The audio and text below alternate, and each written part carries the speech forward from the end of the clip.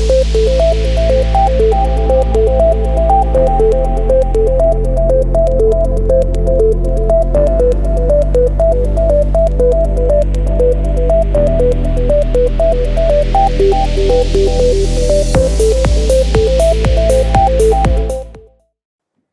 I'm Erwin Lazar, President and Principal Analyst at MetriSight, and I'm excited to be here live from Zoho Day 26 with Pravel Singh, and we'll talk a little bit about some of what we've learned through the last day and a half of sessions and some of the initiatives that are underway here at Zoho. And Pravel, I'd love to start with just a quick introduction of yourself, and then we'll dive into some of the topics.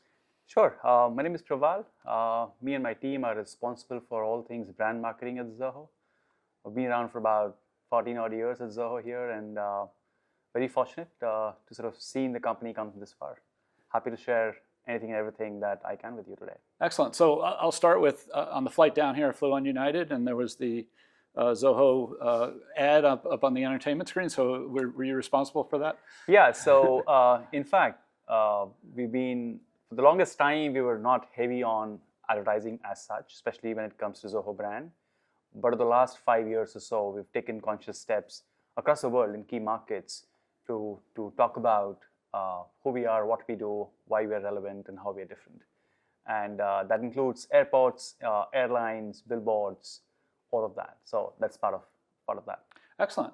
So a lot of the discussion has obviously been around AI and being able to make Zoho that system of record that can leverage the intelligence that you have through CRM, through other the myriad of Zoho apps that are out there, and provide that common fabric for your customers. Mm-hmm. How is that changing the story that you tell as you think about how you might have marketed to the benefits of Zoho, say 5 years ago, pre-AI, to where you are now? Is it changing the people you're talking to as well as the messaging? No, I think one thing, the things that have changed over the last 5, 7, 10 years, and there are things that have not.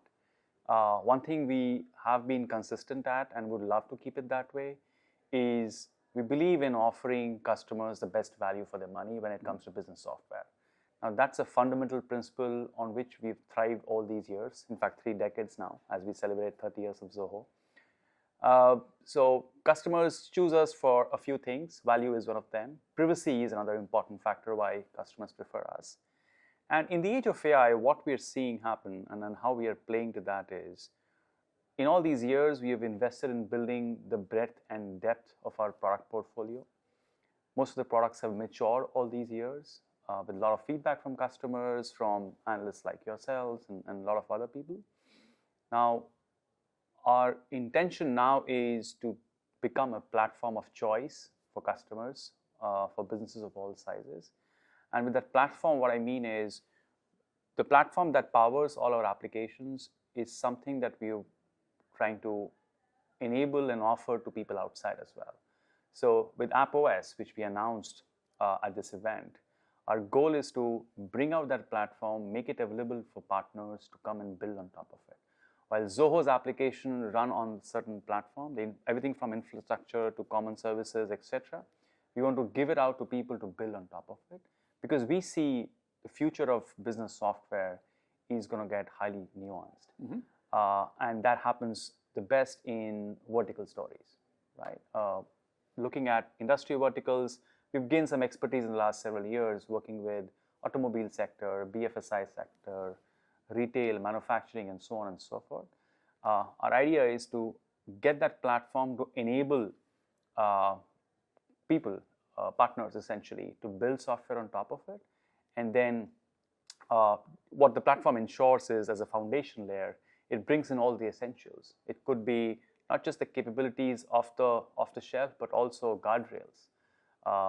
Including areas like regulated industries, for that matter, or governance.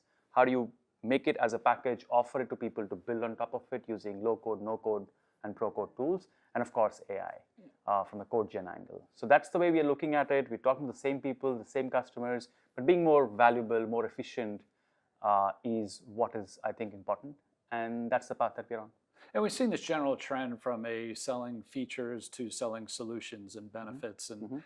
And I'm curious to dive a little bit more deeply as you're thinking about, we heard from a number of your customers today, and to be frank, a lot of them went through that traditional software evaluation approach, but now you're looking at maybe targeting developers and people who want to take you mentioned AppOS, and I'd love to get a little bit more into that, but taking that development capabilities and building customized capabilities. How does that change messaging go to market for Zoho?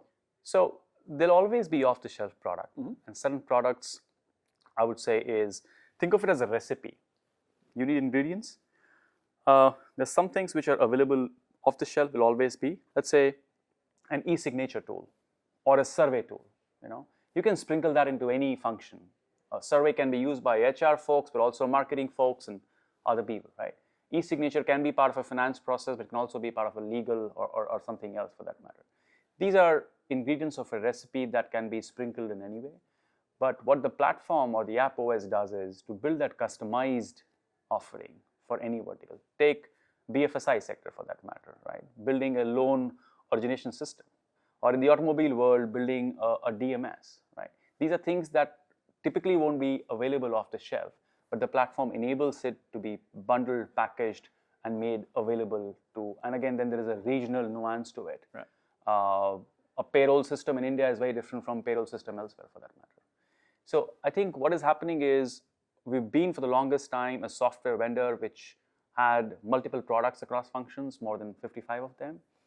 The way we are progressing from here on is becoming the platform of choice, as I said. So you have those applications ready to use off the shelf. You can extend them, you can integrate them with something else. You can make it interoperable with your existing on-prem, on-cloud systems. All that already exists.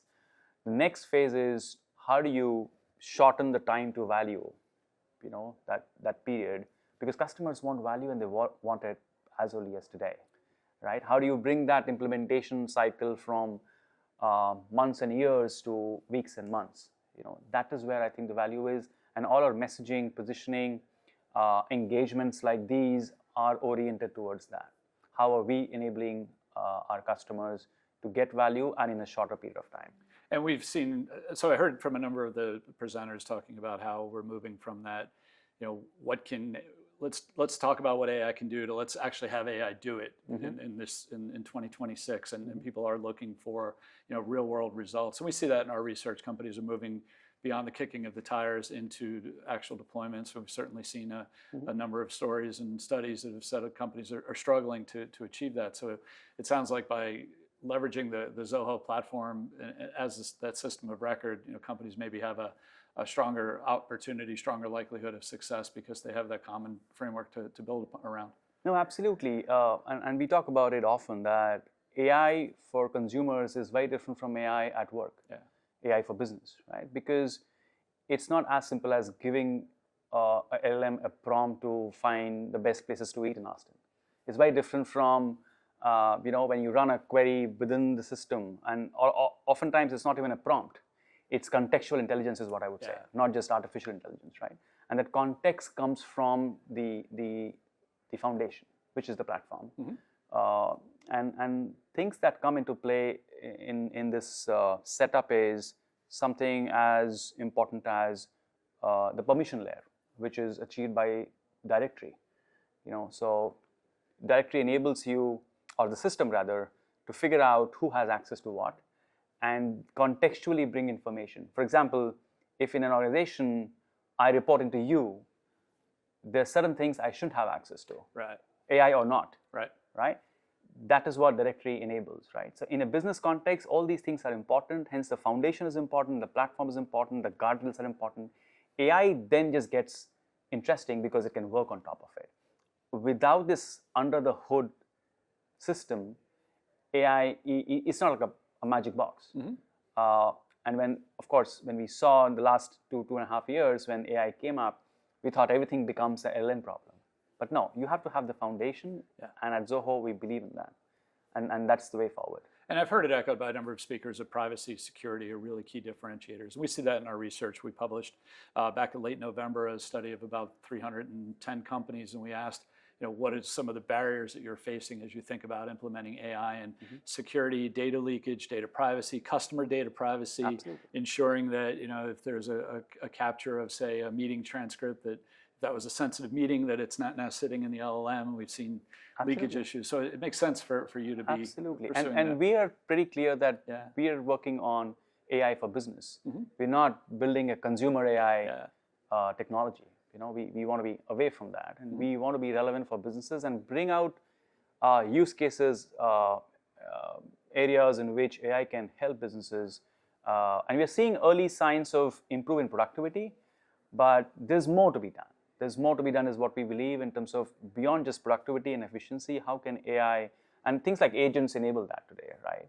A lot of it, that parts of it which we would want to be automated. Of course, there are certain areas where we would want human intervention, but parts of it that can be automated, parts of it that can do the routine task is already happening. We're seeing it at Zoho. We're seeing it with our customers. That's the direction, I would say. Yeah. How do you see the evolution of partners? We've heard from a number of partners here that are taking the capabilities you're delivering, customizing those for specific verticals, specific regions. Curious as to what kind of messaging you're sharing with them. Yeah, see, we've had an extensive partner network over the years. Most of them were either resellers or implementation partners.